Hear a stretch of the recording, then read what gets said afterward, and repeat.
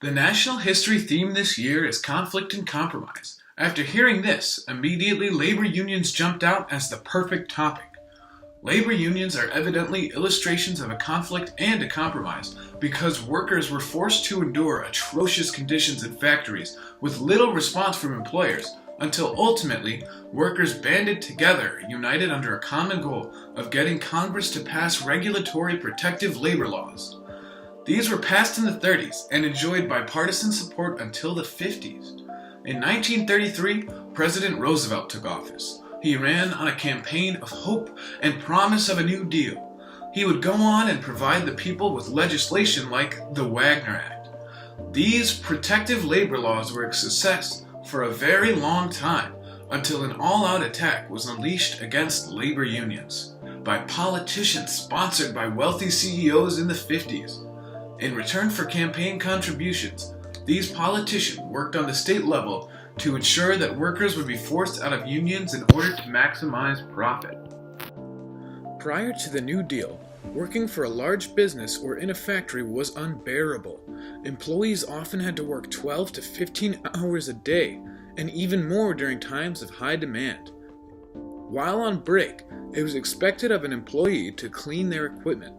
After all of this work, employees were compensated with a whopping 43 cents an hour. Women and children were paid a fraction of that. If that's not bad enough, children were often punished for whistling or working too slow, with having iron weights hung around their necks, and sometimes foremen would even go as far as to nail the child's ear to the table. After a considerable amount of time, employees started to band together and declare enough is enough. Their actions eventually led to the creation of the National Labor Union in 1886. The National Labor Union, or NLU, started during a convention in Baltimore. Their organization was formed by skilled and unskilled workers alike, with the goal to pressure Congress into limiting the workday to 8 hours. Although their efforts were ultimately proved ineffective, during its brief existence, the National Labor Union may have had as many as 500,000 members.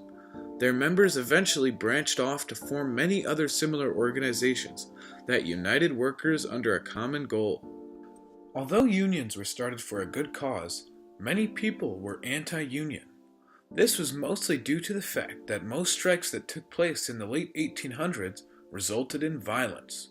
One excellent example of this is the Pullman Strike of 1894. It started because George Pullman, owner of a large train company, cut wages of workers and increased ticket prices after the Panic of 1893. The government reacted to this by sending in the armed forces, who turned to violence in an effort to end the strike. Many famous newspapers at the time called the Pullman Strike a war against the government. However, the Pullman Strike was really just an effort to get better wages, 8-hour days, and better living conditions for employees. When unions would organize strikes, factories were left only several options. They could fire all of their employees, or they could find a way to end the strike on their own terms. Almost never did these factors compromise profit in order to keep their workers. Most famously, factories would use a strike-breaking labor force along with lockouts, yellow dog contracts, and blacklisting to reduce union strikes. Strike breakers are backup employees, and used if the people in your factories were to leave for a strike. They would be called into the factory and would be able to continue to operate. Strike breakers often coincided with lockouts. Lockouts were when a factory would fire all employees and then rehire them the next week. This was designed to show the workers how much they needed their job. A yellow dog contract was an agreement that an employee would sign before being hired that said that a worker was not allowed to join a union, and if they broke this, they would not only be fired, but blacklisted. A practice in which a factory would tell other factories of the person's name who joined the union, and that would result of that person never being hired again. President Roosevelt took office in 1933, and the Wagner Act was signed into law.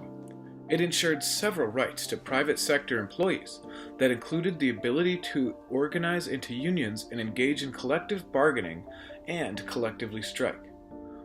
This meant that employees would negotiate their wage with all the other employees instead of one-on-one, equating in all employees being paid the same. The Norris-LaGuardia Act banned federal courts from issuing decisions against nonviolent labor protests and ensured that no private sector company could limit the people's ability to join a union with things like yellow dog contracts. The Fair Labor Standard Act ensured all workers, private or public, that they would be paid a living wage. This will forever be known as the minimum wage. The act also made it illegal to employ children into the oppressive conditions. 70 years have passed since then, and now our political institutions are swamped with politicians that are brought by big business. These companies give campaign donations to particular political parties in hopes that they pass legislation that favors the issues they support, such as favoring employers over employees in an effort to minimize union strength. These politicians work on the state level to stop people from joining unions. Their effort had a resounding effect on private sector employees, but today, their effort has shifted focus to the public sector. Thankfully, since then, the public sector employees have unionized. These workers, ranging from teachers to social workers to public hospital employees and even road workers. This is not to say that the effort of politicians has been entirely unsuccessful. By 2013, the percentage of private sector workers in unions fell down to an astonishing 7.5, from a high of roughly 35% in the mid-1950s, proving the success of the Republican effort. Public sector workers today are only 15.8% of the actual workforce, but union representation of them has grown to 35.3% from only 10% in the 50s. With more and more unionized public sector workers, the Republican Party has begun targeting workers such as teachers. This effort against unions is one that is fought on the state level. There have been no significant changes to federal regulations on public sector workers since FDR, but changes have been made even here in our state.